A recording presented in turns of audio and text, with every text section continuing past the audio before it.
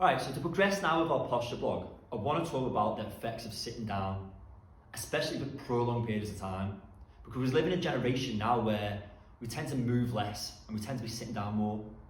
Whether that's sitting down at home, watching the TV and just relaxing, driving, whether that's your job or whether it's just driving from your house to the shops, to school, to take the kids there. It could be in the office. A lot of us are now office-based, working with computers. And we tend to just sit down for long periods of time as opposed to now moving. And the body's getting fixed into positions that are not optimal for our posture. Now the first thing that comes to mind when I think about sitting for long periods of time is that we're sitting in a hip flex position. Now if you look to the diagram to the right, you can see what a hip flex position is.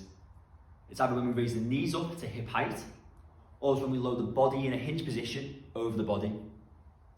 And because we're sitting for a long period of time in this hip flex position, this is going to make the muscles shorter, but also weaker in this position. And what happens then is, because they're in a shortened position, when it comes to standing up, we're going to create an anterior pelvic tilt, okay? Because the muscles are shorter, a little bit tighter, but weak. What happens when we're in an anterior pelvic tilt? We've got that sort of like duck arse look, or we'll have that lower or excessive curvature of the lower spine. And it wreaks havoc for the low spine. A lot of people have back injuries or back issues because of this. Now the next 3 points all work off each other equally.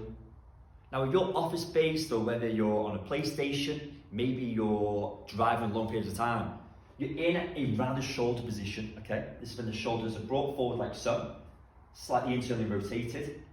The anterior deltoid, your pecs become shortened in weaker positions.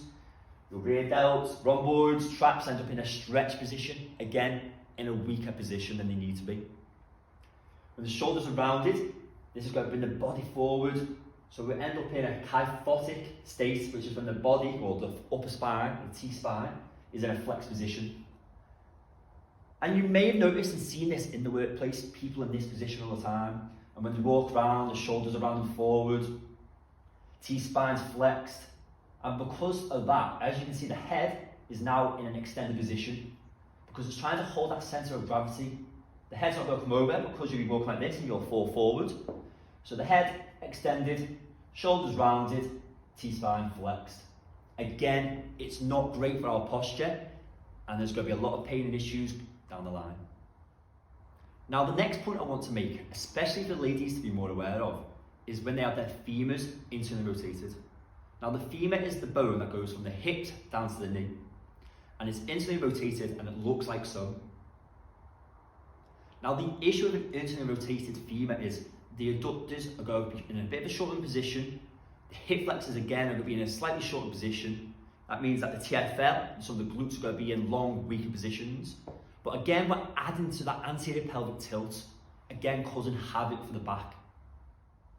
And the last point I'd like to bring to your attention, for those who sit down and have the legs out front, one on top of the other, with the foot internally rotated, okay? So the foot turned up towards the midline, and this position is called foot inversion.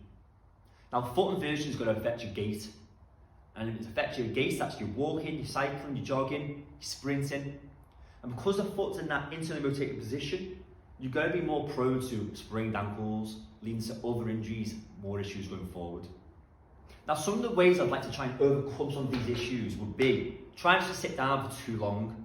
Whether you're office-based, whether you're in the van driving, at home, try and see if you can get up, go for a little walk, 5 minutes, stretch off the legs, focus on the back, extend the T-spine, and just get mobile, get moving.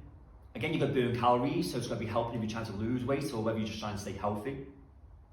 Now, if you are sitting in the office, arms forward, if you go to the gym, focus on building up your back, okay? The rear delts, the rhomboids, infraspinatus. Get some external rotations going on. Rows, upright rows, and try and get some isometric holds. Hold them to this position, okay? That's not to say we don't want to work the chest and the anterior deltoids. We still want to build them up, but we want to try and build them up again in a more lengthened position. Whereas with the back muscles, we want to try and build their strength up in the more shortened position. And this is going to help then just build up the muscles that's going to stop us from round the back, round the shoulders, and then also extending the neck, But when it comes to sitting down, be aware of your T-spine, okay? The T-spine is the thoracic spine, like this midsection here. Try and focus on bracing the core, okay? From that position there, extend the T-spine up and relaxing the head, okay? So there's a nice bit of curve, but we're not overextending, okay? And we sit in this position, you try and brace the core, you know, suck the abs in. We're going to hold this nice and firmly. If we're typing or whether we're on the computer, try and get the shoulders to sit back a little bit, okay? Don't want to be overextending. And when it comes to your internally rotated femur and your foot inversion, just be more aware of your feet, okay? I know it can be quite uncomfortable, trying to sit your feet nice and square, your feet square, your knees square, but it's going to be so much better for our posture on the long run.